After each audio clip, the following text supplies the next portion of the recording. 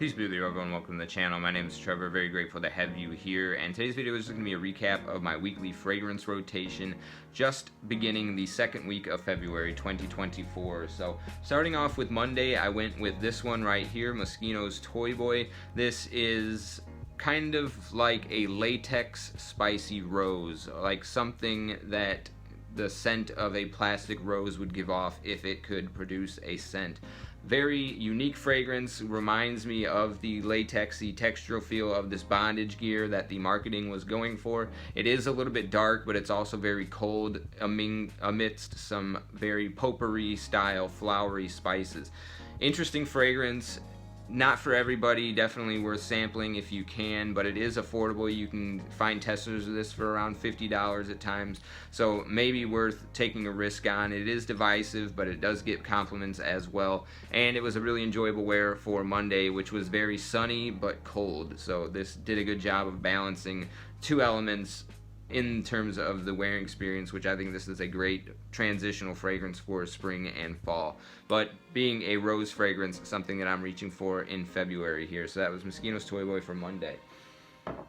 Okay, Tuesday I wore two fragrances, and disclaimer, this first fragrance that I wore Tuesday morning is the first free bottle that has been sent to me. It was not done in any type of cooperation that I would review it for YouTube, but it is an app that I signed up for called Influenster, and pretty random process. I've been on the app for about a year before I got sent a free bottle, but I was planning on picking this one up anyway, but this one showed up in the mail and I didn't have to put the order in. And right now I'm probably in a spot where I'm not going to be recommending it per se, just because there are certain fragrances that I would pick up before it, but I do think it's a great fragrance, and I wore it Tuesday morning, went up to Chicago to see a specialist for my son who's just had to get some extra checkups going on some testing that he got, some blood testing he got done. But at the doctor's office up in Chicago, in the city, on Tuesday, I wore Givenchy Gentleman Society. Again, got sent this free from the Influencer app. Only criteria I had to meet was to review it on their app, which I did, so no mention of putting this on YouTube, but it was my fragrance of the day. And my experience with this fragrance is that it is an easier to wear sort of take on the Givenchy Gentleman Eau de Toilette Intense. This is a little bit less sharp and green without any of the basil, but this really reminds me of a mixture between Dior Homme Original and Narciso Rodriguez Bleu Noir. So it's not quite as heavy, dark, and powdery as Bleu Noir Parfum. It does have some of that woody, musky tone that the Bleu Noir line is known for. A little bit woody, and you do get that iris sweet powdery quality going on in here, and a little bit fresh and mentholic, so it's a little bit more on the soapy iris side, I want to say, with some of that Narciso Rodriguez Bleu Noir musky, spicy quality, woody. Very interesting fragrance, very great signature, I want to say. I would definitely rock this if I only had one fragrance, but for me personally, I would rather break its two elements up into separate fragrances and wear a Bleu Noir flanker or a Dior Homme flanker and keep them separate instead of combining them into this one fragrance. But overall, it is very inoffensive, pleasant, high quality, a little bit creamy, woody, aromatic. Really great stuff, but still not something that I think I'm going to be reaching for all the time, just because I think it falls into an almost blue category, kind of dumb reach fragrance, which blue is my least favorite genre of fragrance, so this is just not really my speed, but I think a good fragrance nonetheless. So that was my Tuesday morning fragrance. So after we got back from the doctors up in Chicago, I had to work later that afternoon, so we got back, I got dressed for work and threw on Versace Eros Flame. Another fragrance that is great for the colder weather. Again, Tuesday we were still had some sunny weather, but it was brisk and cold. That was kind of a good portion of the week until the weekend where it really started to heat up. But this is another fragrance that is just like a very nice creamy citrus, but then it also has a red color tone to it from things like orange and geranium and rose. Rose being one of the reasons why I was reaching for it, trying to explore that note right now in the month of February. And then some really nice spicy nuances. Green, spicy, aromatic, herbal, rosemary in here to really kind of save it from going too sweet and too bubblegum. And so it does have those elements in here, so it probably is not a fragrance for you if you're not a fan of that sweet, mass appealing bubblegum style sweetness, but I find that with this one, the rosemary does a good job of balancing it out and giving it an herbal green touch that keeps it a little bit from being too opulent or too juvenile, I want to say. So really great wearing experience with this one. I love the just sensation of that nice scent bubble, scent cloud. It's a very loud fragrance, and I do enjoy the indulgent aspect of wearing fragrances like that. So I was catching a lot of great wafts throughout the day as I was out and about delivering for the restaurant that I work at. So Versace Eros Flame was Tuesday night. Okay, so Wednesday I had some errands I was running. I had a night shift, so I had the morning shift off. My wife is on maternity leave right now, so we have some time to spend together, and we're running a few errands, doing some laundry, getting some lunch, and this is the fragrance that I wore out and about for those events. This was Creed Viking, again, another fragrance with rose in here that I've been trying to explore this month. The weather was starting to heat up. We were getting into like the 40-degree Fahrenheit, which is a big jump from, you know, the negative sub-zero and 20 degrees. And so this was just a really nice sort of more light wearing fragrance as opposed to some of the heavier winter stuff that I've been rocking. This is kind of like a cinnamon barbershop fragrance, like a big red chewing gum over the top of a beautiful, almost doughy lavender, bit powdery. There's a mint quality in here that keeps it fresh, and I think adds to the spicy quality in here, keeping it from being too sharp, I want to say. It adds a little bit of sweetness to the spice that's present in this fragrance. One of my favorites from Creed, my top 4 out of my collection of Creed, I want to say. Right alongside like Green Irish Tweed, Royal Oud, and probably like a Ventus Cologne.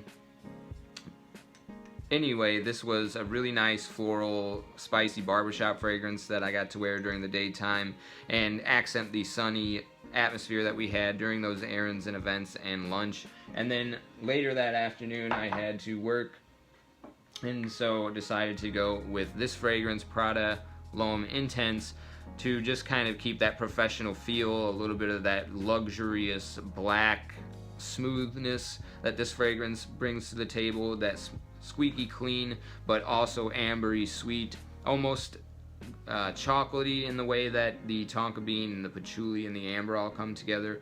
There was a certain point in wearing this fragrance that it reminded me a little bit of like an Andes mint, kind of like a soapy iris smash between a very earthy ambery patchouli bread. So yeah, just like I said, amber patchouli and iris, soapy iris smash between those two notes. Just absolutely delectable fragrance. It's definitely something that, even though it's soapy clean, I get a little bit of that gourmandish style salivation in terms of the dark, rich density in here. It's almost edible to me. And it was certainly another one that has that nice big loud scent bubble for me, at least, like the Versace Eros Flame, which gives me a certain degree of enjoyability in wearing experience with this fragrance. So that was my Wednesday evening fragrance, Prada Lom Intense. Okay, so Thursday things were starting to heat up again, moving into the weekend where it kind of peaked, I believe, on Friday where we hit almost 60 degrees Fahrenheit. It was very warm and spring-like for the season, which again in February in the Midwest we're usually used to sub-zero temperatures, but as it was really more of like a spring day that day on Thursday, I went with this one, Reflection 45.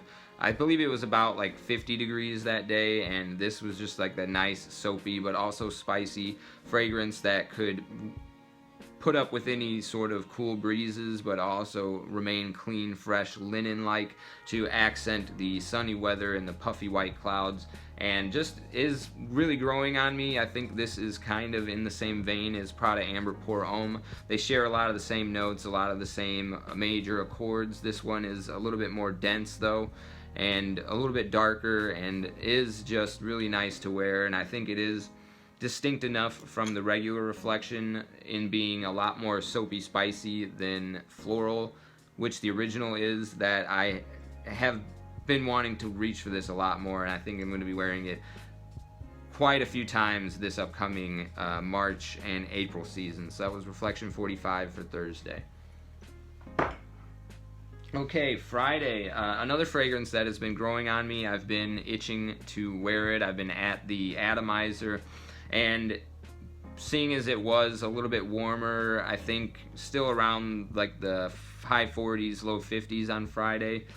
Or no, Friday I think we peaked at like the high 50s, and then it was kind of getting into the 40s and 50s later on towards the weekend. But Zaharoff Signature Rosé, really nice rose fragrance. It is still something that I think a little bit feminine for my speed and my general wearing experience, but not to say that I don't like reaching for feminine fragrances in certain times of the year, like in May where I like to reach for more floral accords, or in like October where I think this is really going to shine the brightest, the way that it's constructed and the sort of dry incensey qualities, and then the almost chocolatey type amber accords that are really in the dry down that sort of remind me of the sweetness of the October season. And the roses in here are very well done also. There's like a rose water, fresh rose, there's a jammy rose, there's like a spicy rose. All these qualities in here are coming together and makes a very easy to wear fragrance, but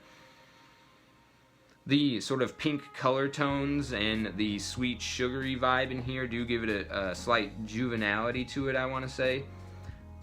Again, this is like another fragrance that I feel like if you're not a fan of Versace Eros Flame, you probably won't be a fan of this, but if you do like Eros Flame, this is probably going to be the same type of crowds of people that gravitate towards those fragrances, just because it has that fresh, sweet vibe going on. I just really think that the trifecta of rose going here is something that keeps me coming back to it. And it did sparkle quite a bit in the nice sunshine that we had on Friday, and Friday's the day I like to wear niche fragrances, so this is my niche fragrance of this past Friday. It's Zaharoff Signature Rosé. Still something that yeah, I'm really looking forward to wearing in the multitude of seasons, especially the fall time. Okay, next we have Saturday. Saturday I did a full review on this fragrance. You can check that video out, but this is Prada Amber Pour Homme. Saturday was a lot like Thursday, so again I said Reflection 45 reminds me of this fragrance, or this fragrance reminds me of Reflection 45. Both have this really nice, soapy, clean, sweet, ambery quality, while also this balance of spices, and this perfect, clean, luxury hotel soap with a little bit of a spicy edge is what this is really bringing to the table. Like a cool summer breeze imbued in fresh, clean linen. Perfect signature scent for a disciplined guy that's usually working like a white collar job. I want to say always got a button-up shirt on. This is going to be perfect for somebody like that. It has this comforting edge to it as well that just reminds me of a fresh, clean bed made out in a hotel room after room service has just gotten done readying it for your arrival. That's the imagery that this one brings to mind. Again, did a full review on it recently, check it out. But one of my favorite wears for this past week, Prada Amber Pour Homme for Saturday. Okay, Sunday. Sunday I wore 2 fragrances, one during the day. I actually got a haul in. I didn't videotape it. I'm thinking about starting to do haul videos again. I veered away from them to get away from having first impressions that might not be accurate to how I really feel about a fragrance.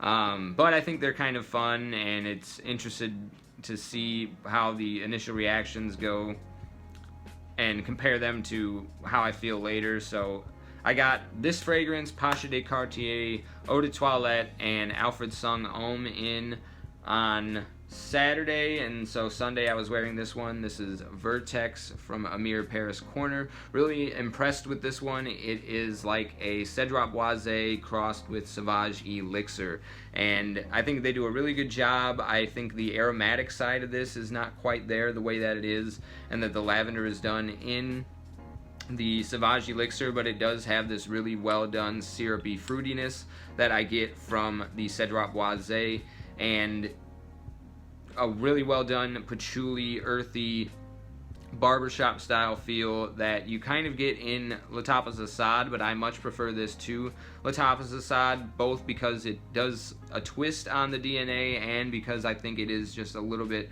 better blended. It's got a more smooth feel to it, and a slight green quality to it, which again, there's that twist that I really like about this in addition to a fruitiness. And yeah, this was a great sub $40 pickup and a really good cheapie in my opinion. So that was Vertex Emir from Paris Corner for Sunday morning. And then working on doing a full review of this one coming up. So I was wearing it as my scent of the evening on Sunday. This is Pour Homme de Caron Le Soir from Caron. And this has, if you're not familiar with the house, they have a signature lavender note, and that's what this fragrance is built around. So this does carry the DNA of the original Caron, which this is a flanker of, but it goes in the direction somewhat of the Dior Homme Intense and the Givenchy Gentleman Eau de Parfum, with a really beautiful orris butter, sweet, chocolatey iris. But there's also this oak note that adds a unique woody quality in here that's not really found in any of the other fragrances of that genre. Even, I want to say, Givenchy Gentleman Boisé has a different style woodiness that's not quite as airy and dry as the oak is done in this fragrance. And then also I would say that instead of those two, Dior Homme Intense and Givenchy Gentleman EDP, this actually, the way that it's built and because it has that vanilla lavender combo, which the other two don't, this comes a lot closer in scent profile to Jean Paul Gaultier's Le Male Le Parfum, but I much prefer this to the Le Male Parfum because of the oak note. It adds an added dimension of texture and depth that the other one doesn't, and you can get a 75 ml of this for like $42, which is an absolute steal. So really enjoyed wearing this one to bed. Classy, smooth criminal style, debonair, suave style fragrance, perfect for both the autumn, winter, and I even think early springtime. So that's Pour Homme de Caron Le Soir, my fragrance of the night on Sunday. Ending off my entire week in fragrance. Thank you so much for sticking with me to the end of the video. Let me know what your rotation was in the comment section down below. And as always, I'll see you in the next one. Take care.